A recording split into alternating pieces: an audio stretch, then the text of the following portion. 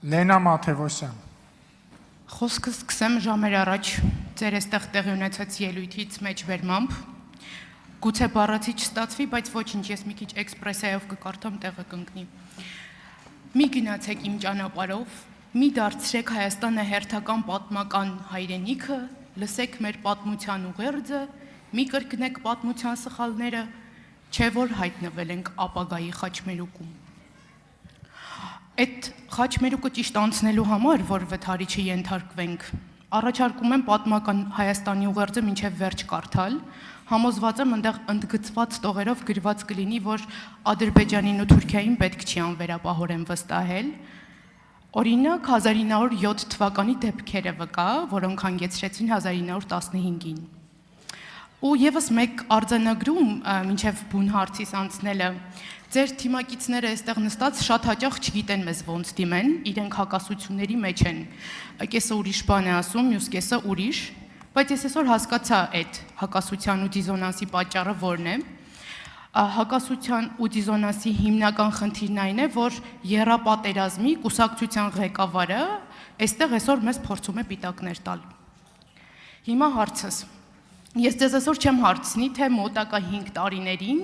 ինչ եք պատրաստվում իրականացնել, որն է լինելու օրինակ ենթակառուցվածքների,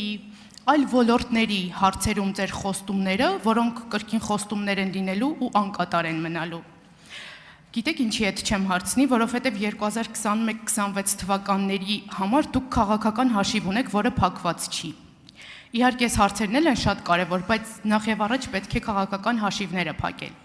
2021 թվականին հենց դուք այս ամբիոնից ներկայացրեցիք մի Հայաստանի տեսլական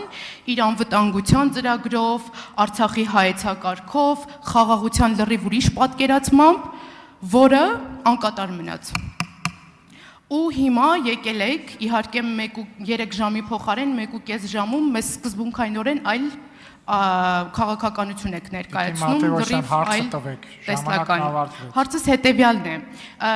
Այս տարբերությունների պատասխանատունով է լինելու, չասեք պատասխանատուն, դուք եք մեղավորը ուրիշը, հստակ պատասխան տվեք, թե շիականացված քաղաքականության հետ է։ Դուք ասում եք, որ չի կարելի Ադրբեջանին եւ Թուրքիային անվերապահորեն վստահել։ Ես ասում եմ, ընդհանրապես որևէ մեկին չի կարելի անվերապահորեն վստահել։ Որևէ միջազգային գործընկերոջ չի կարելի անվերապահորեն որևէ մեկին։ Եվ էլի եթե ադապտացիա եւ սովորելու տրամաբանության մեջ նայենք, ես առիթ ունեցել եմ այդ մասին խոսելու առնվազն կառավարության նիստում, դիվանագիտության դասագրքերում դասական ասվում է, որ չկան հավերժական թշնամիներ եւ հավերժական բարեկամներ, կան հավերժական շահեր։ Ես ավելին եմ ասում, այդ տեսությունն էլ է զարգացել եւ հնչում է հետեւյալ կերպ. չկան բարեկամներ եւ չկան թշնամիներ։ Այլ կան շահեր, այլ կա պետություն, որը պետքա ադապտացիայի կարողություն ունենա։ Եվ հետևաբար, այո, ես ձեր ասածին ոչ թե կհակադրվեմ, այլ ձեր ասածին կավելացնեմ, այլ ավելի ճիշտ ձեր ասածը ես համարում եմ միջազգային հարաբերությունների բանաձև,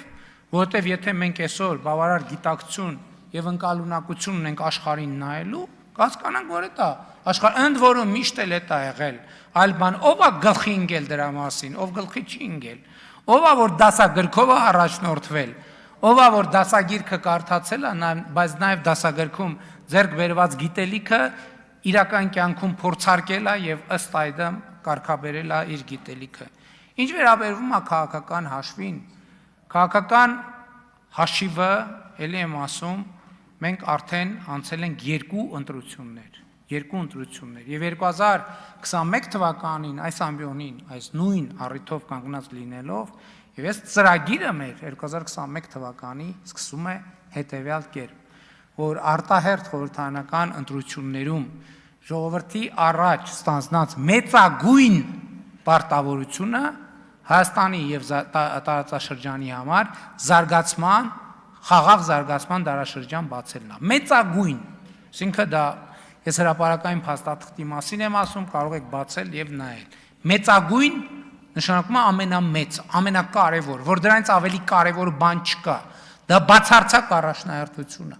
Եվ մենք առաջնորդվել ենք այո, բացարձակ առաջնահերթությունով եւ այո, կայացրել ենք շատ դժվար եւ ցավալի որոշումներ, բայց թույլ տվեք ասել, սա չեմ ասում, էլի որևէ մեկին խոցելու համար, եթե մենք այդ որոշումները կայացրած չլինեինք, դուք եւ մենք մեծ հավանականությամբ այսօր այստեղ նստած չենք լինի։ Եվ այն որ դուք եւ մենք այսօր այստեղ իմասս կանգնած կամ ես կանգնած մյուսները նստած ներկա ենք, այդ թվում այդ որոշումների շնորհիվ է եւ այդ որոշումների արդյունք է։ Արձագանք։ Նախ ինձ հետ համաձայնել կամ ինձ հակասել անհրաժեշտ չի, ու իմ արձանագրումից հետո միայն փաստը արձանագրելը շատ կարևոր չի, սա պետք է ամրագրել պետական մակարդակով,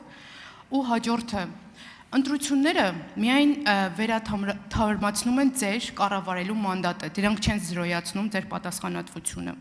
2021 թվականին ձեր բերած պետական նպատակը եւ 2026 թվականին սկզբունքայինորեն լրիվ ուրիշ իրողությունը դուք չեք կարող ընդամենը 2 բառ վերանվանելով ու փոխելով առաջանցնել։ Սրա համար պատասխանատուներ են պետք։ Գիտեք ինչ, եթե դուք այս թեմայի մեջ նոր եք, ես այդ թեմայի մեջ շատ վաղուց եմ եւ ընդ որում այդ թեման ես քննարկում եմ ոչ միայն այս դահլիճում, ես այդ թեման քննարկել եմ Հայաստանի Հանրապետության հազարավոր, եթե ոչ տասնյակ հազարավոր քաղաքացիների հետ, իրենց այդ անմիջական շփումներին։ Եվ ընդ որում ուզում եմ ընդգծել, որ ես նախընտրական քարոզությունը 2026 թվականի կապանում առաջին մեծ հանրահավաքը սկսել եմ 25-րդ Սաղմոսից, որը ամբողջ բովանդակությունը հենց դատի մասին է եւ սկսում է դատարային ստեր արտահայտությամբ եւ ես այդ ուղերձով դիմել եմ Հայաստանի Հանրապետության ժողովրդին 21-ին էլ 26-ին էլ ես ինչ տերմինով ուզում եք ասեք ես ենթակա եմ Հայաստանի Հանրապետության ժողովրդի դատին անկախ ամեն ինչից, հիմա այսօր վաղը, երեկ, ոչ մի խնդիր չկա։ Այսինքն, այստեղ խոսում է քննիչի մասին, քննիչը քննիչ, բայց ամենամեծ դատավորը ժողովուրդն է, եւ ժողովուրդը իր դատը պետք է անի, որովհետեւ եւ ժողովրդի դատը ինձ համար նաեւ Աստծո դատն է եւ ես դրա մասին էլ խոսել եմ։ Հավանիչ տեսանյութը եւ բաժանորդագրվիչ նորությունները բաց չթողնելու համար